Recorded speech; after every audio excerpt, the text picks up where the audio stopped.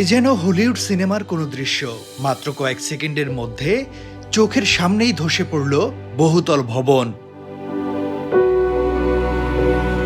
শুক্রবার এমন ভয়াবহ অভিজ্ঞতার মুখোমুখি হয়েছে মিয়ানমারের মানুষ, যাতে হয়েছে প্রাণহানি, ধসে পড়েছে ভবন, সেতু, রাস্তাঘাট। আন্তর্জাতিক গণমাধ্যমগুলো বলছে, মিয়ানমারে পরপর দুটি ভূমিকম্প হয় শুক্রবার। এই ভূমিকম্প অনুভূত হয়েছে দেশটির রাজধানী সহ বিভিন্ন স্থানে।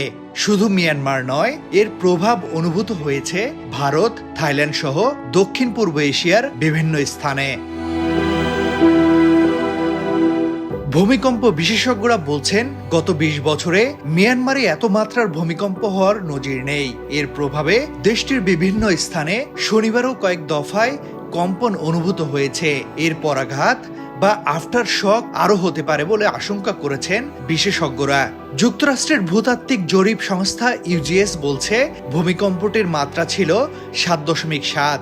এর উৎপত্তি স্থল মিয়ানমারের মান্দালয়। ভূমিকম্পটির উৎপত্তি ১০ কিলোমিটার গভীরে। মিয়ানমারের ভূমিকম্পের মৃতের সংখ্যা সহজেই ১০,০০০ ছাড়িয়ে যেতে পারে।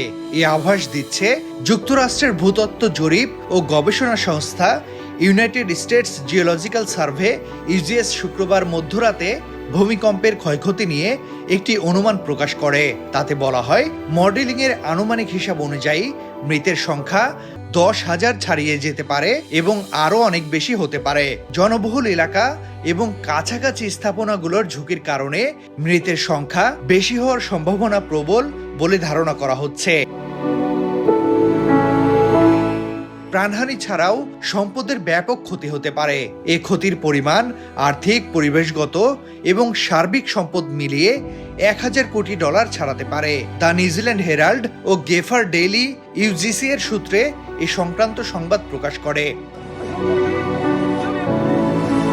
ভূমিকম্পে মিয়ানমারের বিভিন্ন অংশে ভবনগুলো ভেঙে পড়ে, সেতু ভেঙে এবং রাস্তাঘাটে ফাটল ধরে যোগাযোগ ব্যবস্থা ব্যাহত হচ্ছে। তবে ব্যাংককের অদূরে নির্মাণাধীন একটি ৩০ তলা আকাশচুম্বী ভবন ভেঙে পড়ার ভিডিও সামাজিক যোগাযোগ মাধ্যমে ছড়িয়ে পড়লে বিশ্বব্যাপী আতঙ্ক ছড়িয়ে পড়ে। মিয়ানমারে ভূমিকম্পে কেঁপেছে থাইল্যান্ড ও বাংলাদেশ। প্রায় ১,০০০ কিলোমিটার দক্ষিণে থাই রাজধানী ব্যাংককে ভবন কেঁপে ওঠে এবং শত শত মানুষ আতঙ্কে বাইরে বেরিয়ে আসে। তেমনি বাংলাদেশের ঢাকা, চট্টগ্রাম, সিলেট ও রাজশাহী সহ দেশের বিভিন্ন স্থানে ভূমিকম্প অনুভূত হয়েছে। শুক্রবার দুপুর ১২টা ৪৫ দিকে এই ভূকম্পন অনুভূত হয়। তৌহিদ হাসান, সময়ের আলো।